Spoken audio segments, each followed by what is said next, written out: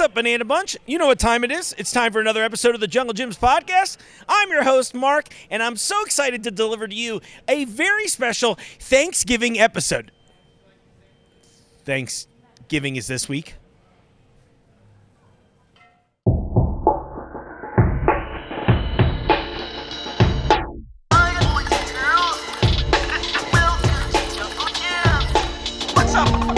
What's up, Banana Bunch? Bunch?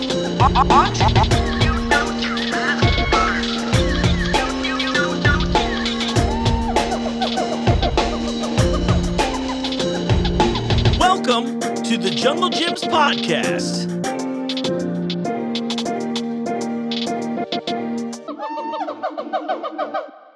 We're down to the wire on Thanksgiving. Maybe you forgot to do your shopping. Maybe you just don't like doing things at all. Doesn't matter, because I'm going to help you figure out how to save Thanksgiving at the last minute. Step 1, go ahead and get the idea of having a whole turkey out of your head right now. You what? No turkey? There's no time. It's frozen. It's going to take days to thaw. It's just not happening. Aunt Agatha's going to be over in 3 hours. So here's your options. Okay, 1. We can either go grab something like we carry here in our store, these turkey legs, super easy, really convenient. Grab a bunch because I don't know how much your family eats. Another option, grab a ham. That only takes a couple hours to prep and it's really easy. You mostly just have to unwrap it. But don't do what I did and forget that there's a little plastic piece on the inside because that tastes really bad. I like microplastics, not macroplastics. And if you're not into eating meat, that's cool too. We got a lot of options for you there. So there's plenty of vegetarian and vegan options. But one of my favorites right now that we've got are these celebration roasts from Field Roast. It's awesome, vegetarian, all that good stuff. Check one of those out. It cooks in the oven in a very short amount of time. Step 2, it's time to get stuffed. You can do this really easily. Look, stovetop is a classic. Cliches exist for a reason. They're easily pleasing everybody. Grab yourself a box of this. You're almost ready to go. That stuff gets made conveniently on the stovetop very quickly. If you're trying to keep it low carb in the stuffing game, check out this keto stuffing from DohJoy breads. They've got a recipe right in the back of the package, and it tastes awesome. Step 3, mashed potatoes. First off, mashed potatoes are super easy to make. Boil potatoes, mash them, add some butter, a little bit of milk or cream, salt, garlic powder, boom, you're on your way. But it's clear to me that you're a procrastinator, so at this point, your best option is probably to grab some of the microwave ones from someone like Bob Evans. They're actually surprisingly pretty good. And if you do some of those same tricks, add a little garlic powder, zhuzh it up, no one in the family's gonna know, unless I tell them. Well, turns out sometimes I forget stuff too. Like, how could I forget arguably the best part of the meal, food loop, or as you heathens like to call it, gravy. Get it in a jar, heat it up. Next. Step 4, green bean casserole. Green bean casserole was invented in the Campbell Soup Test Kitchen and has infiltrated our families over the years, and apparently also this grocery store. But here's a recipe down in the link. It's really easy to make. You just need some canned green beans and some other stuff. Don't worry, I'm not eating it. Step 5, rolls. Arguably the most important part of the meal. Go ahead and check the bakery out in your grocery store. We always have tons of the best ones. These are King's Hawaiian rolls. We got an entire rack. And if that doesn't work, check the frozen section because there might still be some left over there. And there would have been more left there if you had remembered this before today. Step 6, mac and cheese. Okay, listen, I'm going to let you in on a little Mark secret here. This is one of the easiest mac and cheese recipes, and once you make this, you're going to be mad that most restaurants make terrible mac and cheese. Here's the deal. It's kind of like the pound cake of macaroni and cheeses. The idea is it's a 1-to-1-to-1 ratio, so you want to get the same quantity of your pasta. You want to match that quantity with a can of evaporated milk, not sweetened condensed milk, unless you really want to blow it. Evaporated milk. It's not sweetened. Not sweetened milk. And then you're also going to get 1 pound of cheese. Now, if you want to keep it really simple, go to the deli, get them to slice you a pound of American. It'll hit all of those nostalgic notes you want, okay? The idea is this. You're going to take a pot. You're going to fill it with your pasta. You're going to cover that pasta with just enough water that the pasta is completely covered. You'll turn it on to high. You're going to boil until it reduces down to kind of a sludgy, starchy mix.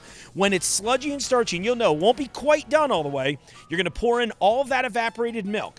Then, when that gets to a boil, you're going to add your cheese slowly to mix it in evenly.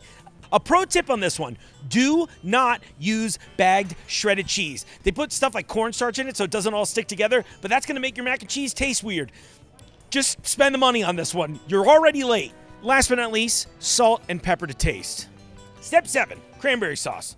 Well, at this point, you're too late to make it fresh. So you've got 2 options. You either go classic jellied, and you can serve the little slices on a plate like my mom used to, or you can get the whole cranberry style in the can, and then if you just mash it up with your fork, people will think you made it yourself. Step 8, time for a little drink. Listen, if you want to enjoy some alcoholic beverages this Thanksgiving, I get it, and here's what you could do. Look, you could just get a 30 rack of Keystone Lights, but let's class it up a little bit. My recommendation, go a little fancy on everyone. Grab a bottle of rosé. Here's one of my personal favorites right now. It should pair with everything pretty nicely, and it'll make your family think that you hadn't forgot about them.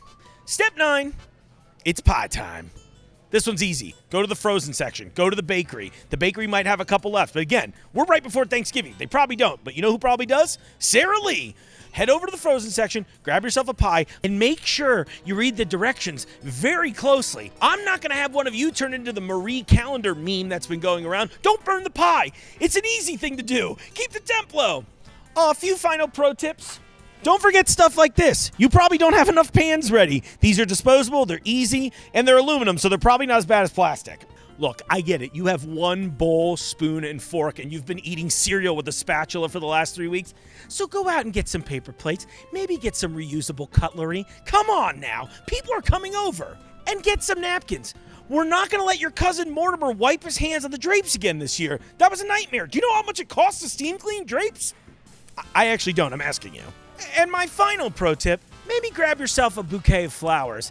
It looks nice, everybody loves a solid centerpiece, and you don't really have to do any work. Just stick it in one of your old bongs. You've been telling your mom it's a vase for the last 15 years. No more lying.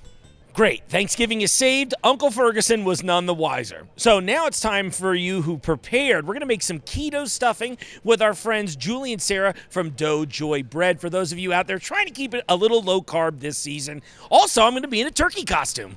Hi, Julie. Hi, Mark. Welcome back. What a beautiful spread this is, by the way. Also, guests, if you're out there watching this, you should be putting in this kind of effort to the show, too. That would be very cool of you, so thank you, truly. I appreciate it. I got the little inflatable turkey. He's fun. He's looking nice.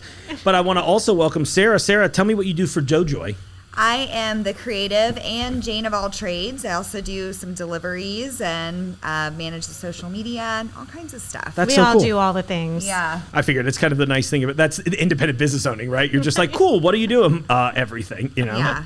So let's talk this year. We've been trying to do a whole inclusivity forward Thanksgiving episode here. And so when you and I talked about this first, I was like, this is a fun idea for people on like a strict diet, anything like that. Obviously, we do a lot in the keto game. So what do we got here today? Okay, so today we have our newest item, which is our DohJoy low carb stuffing. I'll slide that over for you. Yes, this is a 1 net carb stuffing unseasoned, so you can use it in any of your favorite recipes that involve using bread, stale bread stuffing. We have a recommended recipe on the back, so we've tried this in our own kitchen a lot of different ways, and that's the particular recipe that we like best. When you prepare the stuffing with this recipe, which has delicious pecans and mushrooms and vegetable stock and lots of things, it's 4 net carbs and 60 calories and relatively low in sodium. So it's amazing for people who are following a low carb diet, trying to be keto friendly, watching their macros, watching their calories. Yeah, try to gobble over the holidays. That's right. Well, what I like so much about this is, I tried the keto as an American fat person. I've tried the keto diet from time to time too. And Thanksgiving was. And I hear you're losing some weight. A little bit, slowly but surely. Occasionally, Yes. and that's fine. What's the expression? It's sucking at something is the first step to being sort of good at something. So we're here. I'm just at the 100%. starting phase, Yes. right? But is that thing where Thanksgiving was frustrating because there's so many breads and other sweets and things of that nature. So I remember that year I was like really looking forward to the plate of turkey, and that's it. I'm gonna smell the cranberry sauce as I'm eating it. So this is such a beautiful addition here. Yeah. I wanted to see, I know you'd mentioned before, let's compare maybe some of the nutritional info, right? For sure. Between the two? Yeah. So our stuffing unprepared is 1 net carb, and it is 13 grams of fiber, which is a ton. 9 grams of of protein. And then you have 250 milligrams of of salt, which is relatively low, plus 60 calories. 250 milligrams of sugar. I'm like, Right. hell yeah, that's Mountain No, Dew it's stuffing. zero sugar. Zero sugar. And vegan. All jokes. When you compare that to the other leading stuffing, Yes. that one. And no shade, stovetop. You have a place in the world, That's right. you know, Yes. for now. It's 21 grams carbs, of which you have less than 1 gram of fiber. So not a lot of great nutrition Sure. in a typical stuffing like this one. Yeah. And we think, and we're going to see if you agree later, that it tastes just as good. So I'm on board for this. We're super excited about this stuffing. And just generally, the reason we created this product is because, as you said, at the holidays, when you're trying to watch your calories, when you're trying to watch your carbs, it just really sucks to not be able to participate in the big feast. Oh, for sure. And you end up putting turkey on your plate, and maybe you'll cheat a little bit with a little bit of gravy. Yeah. And you eat a bunch of green beans, and that's it. I mean, it's just right. very unsatisfying. Couldn't bring myself to do it, honestly. I'm just like, just ladle gravy. on Right, it. and so most people end up cheating, right? Most people end up cheating, and then you feel like you have to then make up for it, and it just detracts from the holiday, Sure. and from that whole feeling of togetherness and love that everybody wants to have. That's beautifully said. Yeah, I mean, personally, like I grew up with a lot of family traditions at Thanksgiving. One of which was my grandmother's sweet potatoes. Yeah. Okay, so Oh, let me hand Bruce's yeah, yams to please. you. Like these sweet potatoes, so delicious. She'd top it with the marshmallows. Like that alone, sweet potatoes, 29 grams of carbs per serving, of which 9 grams are sugar. Right. And then let's add some marshmallows on top of it too. So, Oh, absolutely. Why not? Well, So, but- and we're in America, so we're How not eating delicious. a regular serving size. Probably it's like that's probably 2 of Yeah. those. Yeah. At least. And then Yeah. my grandmother always made potatoes, and obviously not these potatoes, but she would make potatoes. But just to give you an idea, I mean, mashed potatoes have 20 grams of carbs per serving. Yeah. So there's a reason why everybody complains about feeling tired and lethargic after eating Thanksgiving meal, because you're spiking your blood sugar and then you come crashing down. Right. And there's not enough balance, and we need the Right. balance. Right. This is beautiful, and that's what the DohJoy stuffing's here for. That's right. That's right. Yes. Yeah. My husband is diabetic, and so he is like, what am I going to do on Thanksgiving? Like, it's no fun for me. I'm just going to eat turkey. I said, oh, well, this is perfect for you. Yeah. I will make you your own batch of stuffing, and anyone else that's keto. And we have a huge Thanksgiving, like 30 people at my love it. mom's house. So, yeah. And you have to have multiple stuffings anyway for that many Well, people, right. right? Yeah, and we have like green bean casserole and regular green beans. Like I bring the fresh green beans. So Oh, smart. yeah, I love it. That makes all the difference too. it does. Yeah. That's Jungle Jim's produce department shout out. Hey AJ. Tell me a little bit about how how you made the product for this, and then I'd like to know more about the recipe too. Yeah. Well, Sarah, food scientist Sarah, there's 2 Sarahs. I love it. Both with H's. Yeah. Both awesome. Love it. Both of the awesome Sarahs have really been the one taking the lead on making this product, and we are making this product. So basically, Yes. we have the bread that's made at our bakery, and then Sarah, describe what happens once we have the bread. So we take the bread and we put it in a slicer and cut it the opposite direction, Mm-hmm. and then we cut it again, dry it, bag it, and then we had to weigh each out. And I sealed every bag and put all these stickers on here, labels front and back. I love it. So by hand. That's is amazing. how this was created. You gotta love it. That's the best Yeah. part about the independent business. For real. I mean, it's cool that you guys get your hands in every aspect, but in this case, literally get Literally, your hands in it. yeah. Yeah. I mean, the bread is made at, a bakery here in Cincinnati, but, every bakery has different pieces of equipment, and this particular bakery doesn't have, the slicer that really works for making cubes. So we take that bread, we take it back to our commercial kitchen in Blue Ash, and we get it done. Yes. So And then how did the recipe itself, like let's walk through the recipe a little bit. I know we talked about some pecans, we talked about some mushrooms going in there. What else am I looking forward to in there? Onions, celery, sage. What else? Salt and pepper. I think there's thyme as well. Ah, the 3 amigos. And I think a really interesting ingredient is the nutritional yeast. Oh, a that's little in there. nouge. All right, I'm up to Yes. it. That's We cool. have- Yeah, we Example have of an it example here. here. And it adds savory, nutty, and cheesy flavor Yeah. Without dairy. without I love it. dairy. Yeah. All my vegan friends got me hip to that. Yes. They're like, it's kind of like better Parmesan cheese. Well, let me rephrase that. Better grated Parmesan cheese. I was just cracking Yep. Parmesan wheels recently, so I know better than to call it the real Yeah. stuff. But Because that is one of the added benefits of DohJoy. It is vegan, Yeah. on top of being low carb, which actually is makes it a little different. It's an added benefit for some people.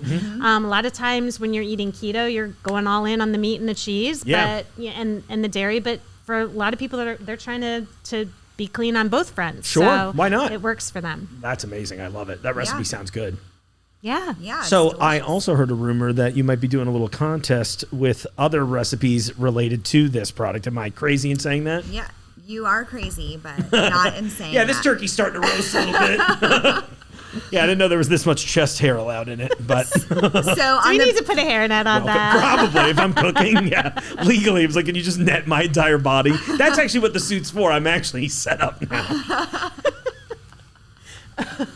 So on the back of the bag of stuffing, we have a QR code, and it takes you to the website for the recipe contest. It's low carb, low sugar recipe contest. So using either the bread or the stuffing, and you can adapt a regular recipe, like say bread pudding, and create a low carb, low sugar bread pudding. Yeah. Which who doesn't need that? That sounds amazing, actually. Yeah. I mean, honestly, you could use that, probably like some plant-based sweetener, really, and keep it as like almost a Yeah. vegan, vegetarian, depending on what you use on the dairy yeah. side. I've started Googling different recipes for Thanksgiving for this purpose. And when you Google bread puddings, there are so many varieties of bread pudding. And the great thing about Jungle Jim's, just to give Jungle Jim's a plug, We'll take it. with a amazing keto section and natural food section here, you can find low carb chocolate chips, low carb molasses and syrups, and Right. all kinds of things you need to make something sweet still without sugar. Yeah. So you can shop here and enter the recipe contest and win how much? $250 That's amazing. to your favorite DohJoy retailer. I love it. That's really cool. And then let me throw this out there if you guys are cool with it. Why don't, when you guys get your, let's say, I don't know, top 3, top 5, some top number, Yeah. your responses, we should come and judge them on the show if you'd be up for that. I'd love that. I think would that'd be a love lot of fun. Yes. But I think that would be a ton of fun. I think we could have fun doing it. We could try the stuff on air. Maybe Yes. maybe if we can preemptively figure out who the winner is, maybe we invite them in to do a little winner's lap in the studio. It'd be Oh, fun. yeah. That'd be that's a great. great idea. Yeah, I love it. I mean, Cool. and I like tasting things. So, are we at that point of the show? Are we Yes. ready to? Are you guys ready to stuff this turkey? We have We a little are. spread here, and we are ready to stuff the turkey. Okay, cool. All right, everybody, you've seen the stuffing up close. We're gonna try it now. It smells awesome in here. Ooh, I love the little mushies. Always a fan. Oh, yeah. So there's pecans and mushrooms and The celery. pecans. That's a great idea. Right? Wow. So first off, to me, indistinguishable from regular stuffing. I mean, the things I'm noticing that would be, quote, different are things like, oh, sometimes I have it with mushrooms, sometimes I don't. You know what I mean? Yeah, It's like those right. things that I'm noticing. The bread texture is awesome. You use what? Vegetable broth, you said? Yep. Vegetable broth.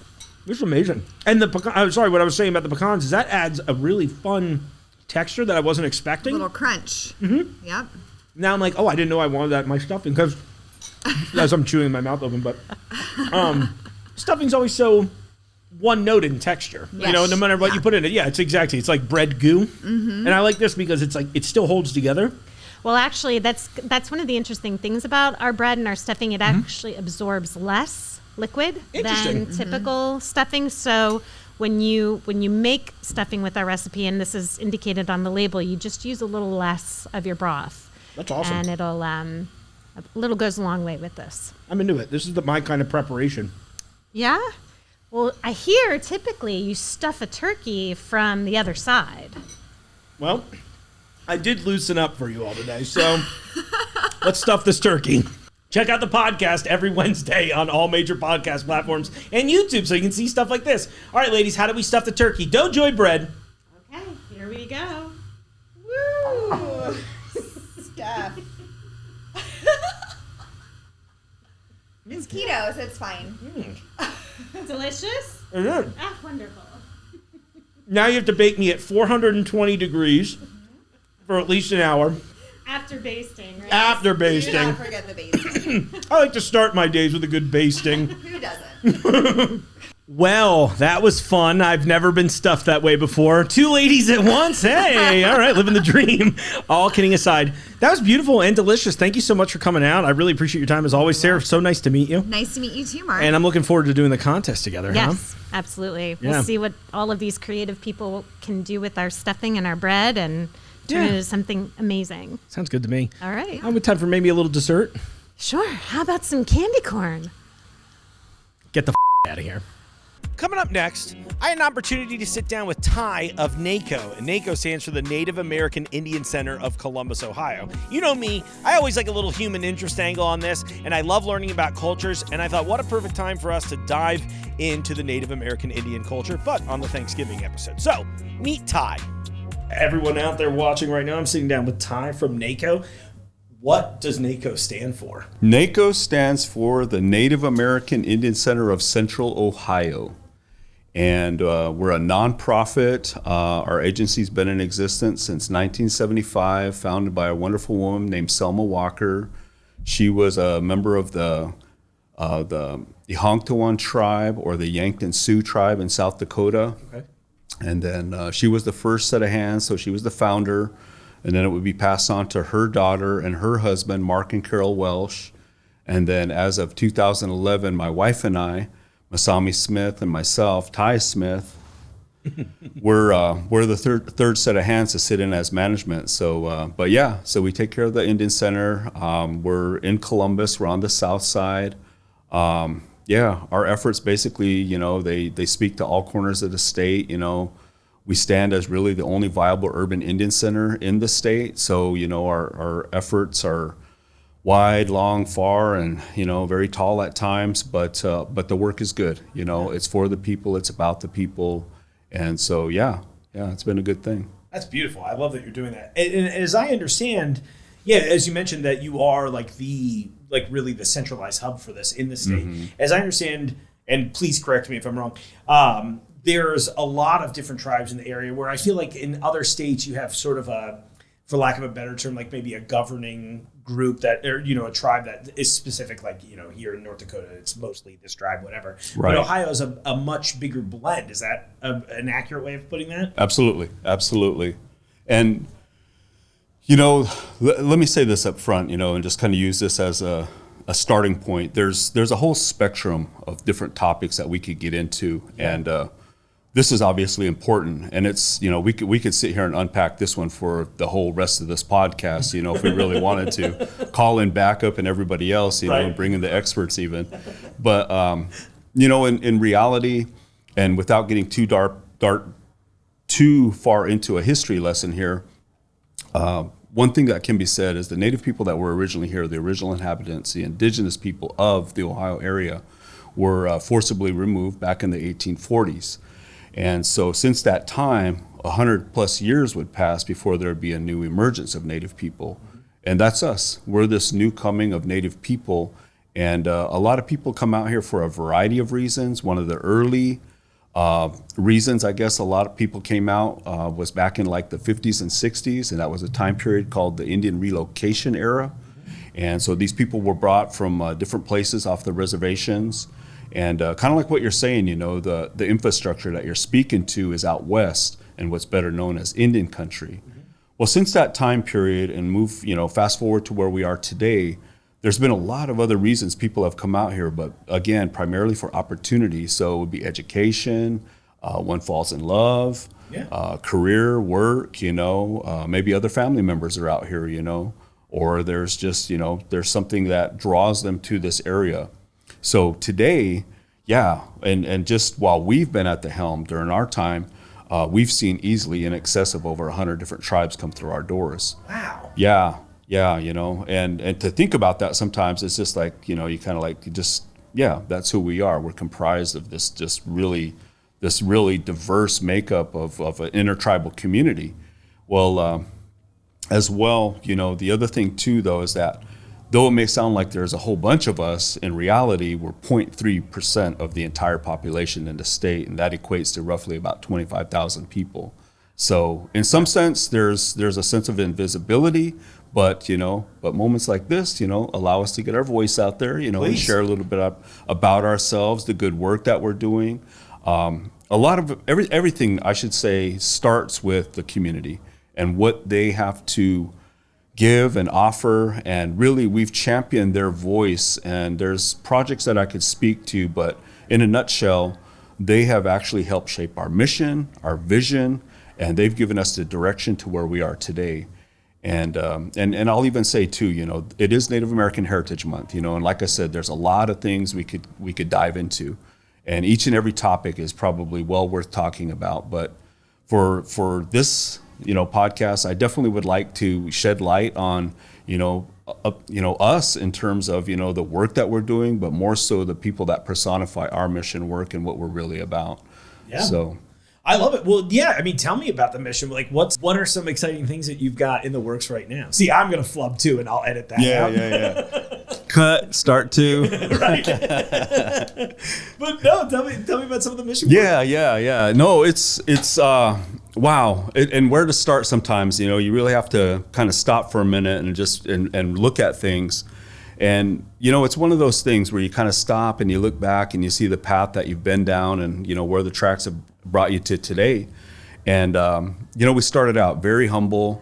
Honestly, the agency was on the verge of probably closing at one point in time that, back when we came in 2011. And it was a tough start. But as time would go by, we did a very comprehensive needs assessment with the community. And basically, this was asking the community, what are your desires, needs, and concerns as Native people in Ohio? And so we had the opportunity to engage the community, and this was over a 3-year period. This was a grant project, and it was specifically about engaging the community and taking that and documenting it for internal purposes so that we could then shape our direction going forward. And essentially, we developed a blueprint. And off this blueprint, this really became our compass. This became our piece that we would glean on time and time again, and still to this day. And it's a living, breathing document. But by way of that work and the pieces that came out of it, one of the most crucial pieces spoken to just hands down was culture, and that our people felt as if though they were missing that, being this far away from their homelands, most of them, because primarily most of our people, of all those that are that make up the NAICCO community, the intertribal community, are from areas better known as Indian country out west, or the reservations. Mm-hmm. So we have a lot of different people in this area, but feeling that sense of connection to place and just tradition and culture, and having access to that was one of the main concerns that our population spoke to. And so we really looked at that.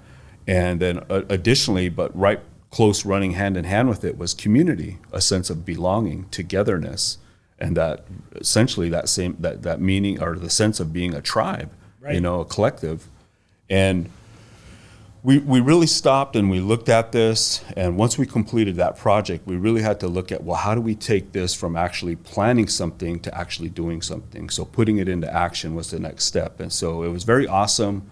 It took us a minute, but we wrote some grants and we were able to land a couple, and it really started to give us momentum, and we really gained traction. And even today now, and mind you, COVID was a challenge, but we maintained the best that we could, and we're starting now obviously to come out on the other side of it. But our program is very reflective of what our people's voice as a consensus told us. So being very specific to culture and very specific to community development. But there's one more. And so these are the pillars that NAICCO stands upon. These are the two main pillars, but there's also a third. So the third one is economic development or sustainability. And so with that, what the people we're speaking to is that it's fine and well that we can put these programs in place, but as a nonprofit and as a grant or as a grant funded agency, oftentimes it's just known that you can't lean on these dollars. They're soft dollars, they come and they go. Right. So what do we do? So in the very beginning, and it was really cool how it came about. It was actually the elders, the youth, and just the community, and we had these different events and these gatherings, and we actually had what they call GONAs, Gathering of Native Americans, and it's a specific curriculum all about, uniting our people and bringing us together, and actually, a time to engage in these conversations and have dialogue. Absolutely. Anyway, what came from that, though, and what surfaced was the blueprint, but a key component to that blueprint was sustainability. And in that sustainability piece was this piece called a food wagon. And we looked at that and we was like, what does that mean? And we started to break it down and we, kick it around. And people had talked about, opening a restaurant or stuff like that. But what it evolved into, though, was us actually establishing NAICCO Cuisine. And so today, NAICCO Cuisine, we've been in existence for roughly 2 years. It's a food truck. It's actually a food trailer, but everyone calls us a food truck, so it's kind of easier to say it, I guess. It works. But we do a lot of events. We've done this past season, basically from May to the middle of October, and the same the year before. But it's so cool. NAICCO Cuisine is so cool, and I could sit here and talk for I don't know, days on end, maybe even. I don't know. I'm not sure. And I'd let you that talk, long, honestly. but This is our 24-hour live stream. Yeah, we'll just keep going, right? Bring in the coffee. But what NAICCO Cuisine is, though, it's visibility. Mm-hmm. It's raising awareness. It's an education component, for the broader community at hand. And at the same time, it's a warm handshake from us to the rest of society. It's us, really saying, our presence is here as well. We're part of the landscape too. Yeah. But you're also getting some really awesome food, hey. Yeah. So, and real quick, the menu, without trying to get too much into a commercial here about NAICCO Cuisine. Make it a commercial. It's around lunch while we're doing this. I'm ready to hear about it, Ty. So one, buffalo burger, NAICCO pocket, Indian taco bowl, and the classic fry bread itself. And so these are the 5 main ones in the trailer. There's another component to this too, I'll speak to here in a minute. But simultaneously, it's not only about us getting out there and, sharing our food, again, a warm handshake unto the public, but for us as natives, it's an environment that's unlike any other, because it's a place where we can continue to instill the values of tradition, culture, transfer of knowledge, community development. Absolutely. Our staff, our team is our community, our native community, and we're able to pay them. But one of the biggest wins in all of this that we've seen over these past 2 years is that it's not just about us being this vehicle for generating dollars, but it's and it is at the same time. So don't get me wrong here, but it is about sustainability of our agency, because everything over and above that's a profit is going back into the agency itself, NAICCO, and specifically into the programming, and keeping the lights on and the doors open. But what we're witnessing the most here is that not only are the members of our team buying into what this is about and what it's for and the higher calling and cause of it, but better yet, we're starting to see the development of actual ownership. And so this is I don't know, it does one's heart good to witness something that we would have never been able to really predict. And you hope for things like this, sure. but it's we're witnessing it take place right before our very eyes. And additionally, and I don't want to leave out the people that really help make NAICCO Cuisine such a success at the point where we're at right now anyway, but it's the community, and has been the community around Central Ohio. And we will broaden we're going to spread our wings, and we're going to be coming out. So we're going to be out in different parts of Ohio as well. Awesome. But the people have lifted us up like we never could have imagined. We wouldn't have dreamt this in our wildest dreams. And it's just very cool to see people standing in your corner, supporting you, and just, wanting us to win, in a certain way. So yeah. Very cool. So yeah. I love, what a heartwarming and wonderful story to hear that too. And I love the way you described it as being a warm handshake to the community at large. Yeah. It's beautiful. I talk all the time on here about how I think food is this universal uniter for all of us. And to me, it's, and I keep thinking, I was like, should I try to get this as branding? But edible education. you know? And I think for a lot of people, history can be hard because history is not always the most positive news source, we'll say.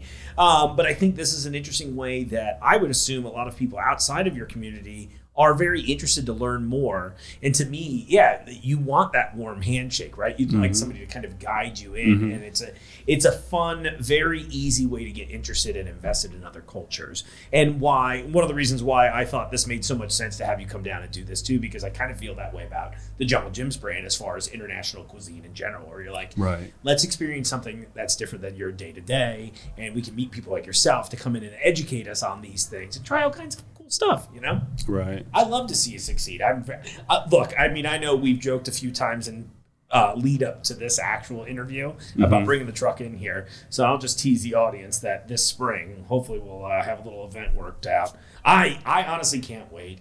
I think it's a beautiful thing that you're doing, and I'm more than happy to support that. I'm so thankful that you were willing to come in here and just share your knowledge and time and, expose the community. You made a great point about the invisibility. And so to me, having something like NAICCO is so important because it creates visibility for a community. I mean, 0.3% is, 25,000 people, if you put them in a room, that is a lot. But, in context, it's really not. Right. Amazing. And we feel like there's so many more out there too that, we don't know where they're at, or, we've never connected with them. But the one thing that, I don't know, it just, it definitely pulls at your heartstrings, but it's a motivator time and time again for us, because we've had people come to our doors, and I don't know, I feel like there should be something on the ground that, somehow can, if the ground could talk, let's say it like that, and the tears that have been shed at that moment right there at that place, because of the fact that they found a place to call home. They found people that are of them, and these are our native people. Yeah. And, it's very meaningful, and the stuff that we're doing, and the sense of what we're really about is creating that space. Because when you look at Ohio, and I didn't come on here to complain or, Of course. to point a finger at anybody or any certain situation for what it is. And like you said, history, it can be very bleak. And I think everybody probably listening to us, you and I, we know, we're mature enough to know that, the history wasn't favorable to our people. Not at all. And, that's a reality. But yet at the same time, and these aren't my words, these are the words of people that are my mentors, my elders, some not here anymore either, that I look up to, and I like to think that, I did the best that I could to pay attention to hear what they were saying. But they have talked that there has to become a point too, though, that when we have to move past the trauma, we have to move into this story of healing. We have to move into looking at life and wanting to live life and not make all the rest of these atrocities of the past a crutch that we can never let go of. And those words hit home, and they really give you something to think about, because honestly, I think at the essence of who Native people are, we come from a forward-thinking people, being proactive, looking forward, strength-based, resilient, and the experiential knowledge that has been passed on and shared with us, even though sometimes it might feel like it's hanging on by a thread, but the most important pieces are still right there. And so it's essential that we keep that alive, and that we look to pass that on to the next generation. And so that's our calling, that's our responsibility. And, it's what we're about, it's what NAICCO stands for. And again, our mission work is really about the highest good for our people. And that's what our mission work speaks to, because they're everything that, we are, who we are. And I would even say too, that NAICCO isn't an agency. NAICCO is the community. It's the people that make up, bring life and laughter and everything, all the experiences that we have. And so what I want to point out here too is that in moving forward, one of the most recent campaigns that we've really stepped into, and we had to look at how we approach this. And what I'm alluding to here is a campaign called Land Back NAICCO. Okay. And this is us aspiring to purchase our own piece of land here in Ohio, a minimum of 20 acres, preferably at this point in central Ohio, because it is central to where we are. It's close by, but that's not written in stone either. So it could be potentially somewhere else in the state. I guess if, the price is right, or, if the opportunity, it looks good and it's fitting, definitely worth considering. But where I'm going with this, Mark, is that our people have said the part of the challenge of living here in Ohio, it feels as if though there's a disconnect. And I was speaking to that earlier, this disconnect from culture, this disconnect from community. And essentially what makes up our identity is really, it's about place, it's about the culture, the traditions, which are the teachings, the values, and the core pieces needed to best understand life and how to walk through it, and do it in a way with integrity, and in one that's honoring and respectful to who we are and who we come from, and who we're passing the seeds, who we're passing the torch onto and planting the seeds for tomorrow. All of that counts for something, but it's inclusive of our language as well and our foods. And we feel like we're working on bringing those pieces into our people's lives. And it can be tricky at times. I'm not going to act like this is all just, just snap of the fingers and everything works out well, It's an intertribal community. So, my wife and I at the helm, it's a never-ending learning curve. You'll never know everything. There's always new pieces to who our people are. And so we have to stay abreast of what that is and try to do the best that we can to be respectful and honor who they are. But at the end of the day, it's really about our future, our children. And so what we're trying to do is we're trying to put a foundation in place for them. And so Land Back NAICCO is really about connection. And it's about connection to identity. It's about connection to place. But it's also about navigating both worlds simultaneously and doing that in a way that's with integrity, but finding that balance in that storyline too. Sure. And so ultimately, we can look at where the past has been, the things where our people have been wronged, and the injustices, and the harm, and the racism and the hatred, and but I'm not here to get on that soapbox. We're talking about flipping the script. We're talking about taking the narrative and writing it in a positive light. Absolutely. Because if we can change that and plant those seeds in the next generation coming, that to me shows promise. That to me is a better future, a better tomorrow. And I think it's a way that we can learn to live in harmony too. And so part of that is just, I guess just honoring our ways and making sure that, we hold to that as strongly as we can. It's beautiful. I think you kind of touched on this before, but it's like taking, this trauma and turning it into a tale of strength and resilience instead, right. Which is really, a beautiful sense of pride. I love that so much. Are there any other things you really want to cover while you're here today? I think I probably hit them. So I've been given, camera's going, but I know. I promise. I'm a good human. Yeah, no. Let me tell you this one secret. Yeah, right. No, I've been giving presentations, and the month of November, Native American Heritage Month. I mean, everybody wants us, and so and I don't mean that in any kind of boastful way. It's just, I understand. It's just par for the course as the only agency in the state. So yeah, we've been everywhere. But anyway, I feel like I hit the main marks. Beautiful. I was trying to think if there was anything else to add to it. The Land Back NAICCO piece. That was a big piece. I remember the other day we talked about that, talking about the mission, talking about the truck.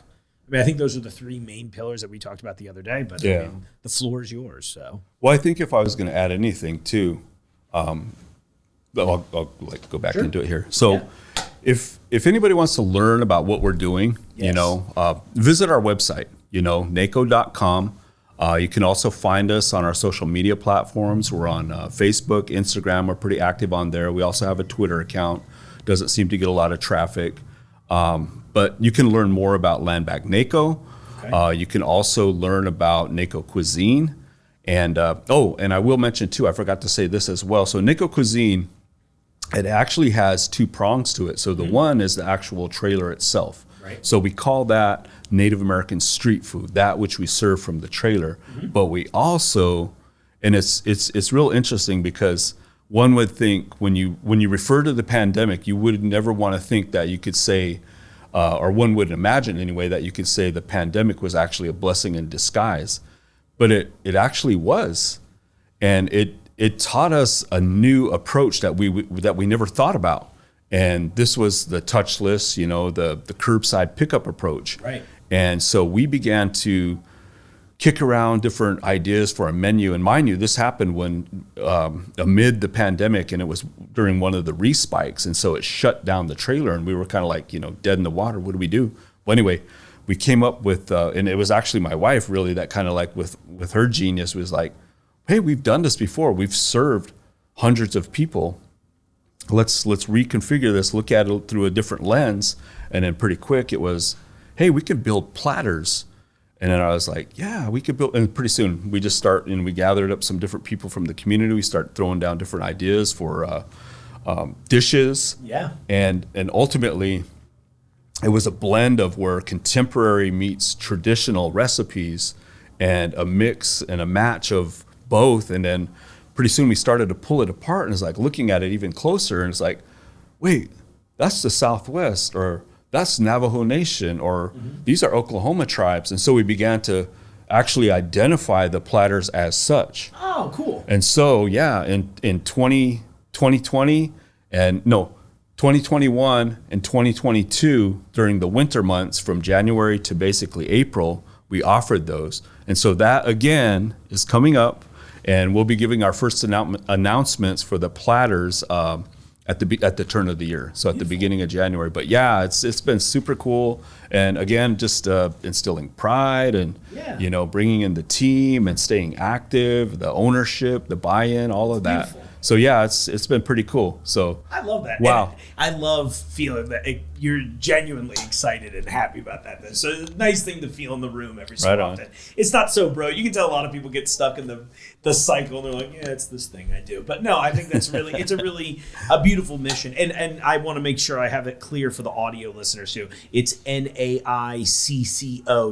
Is that correct? Perfect. Yep. Just want to make sure it's in the right place. Yeah. If not, they'll find some. Who knows what they find? Yeah. Honestly. Well, and when they're on there too, when they go onto our website, there's a specific tab to land back NAICCO. It's actually, I think, the donate. Yeah, it is the donate tab.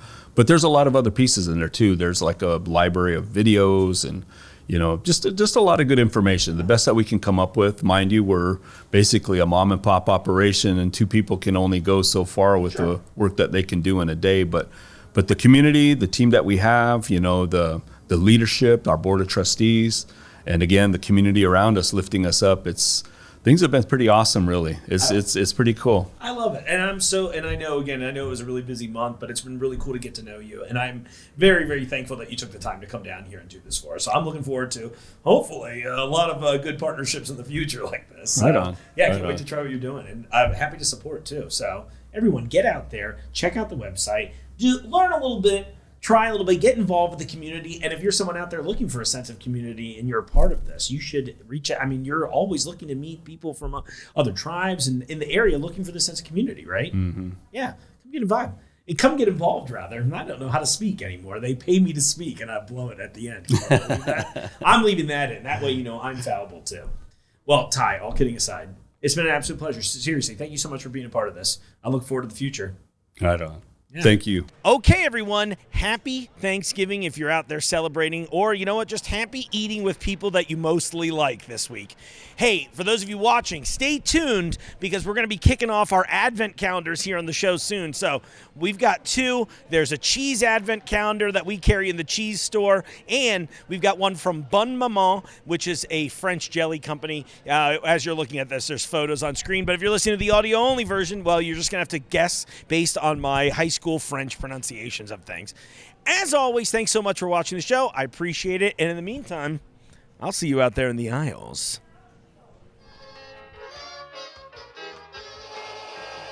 The Jungle Gyms podcast is recorded in the WJJI studio inside Jungle Gyms International Market in Fairfield, Ohio.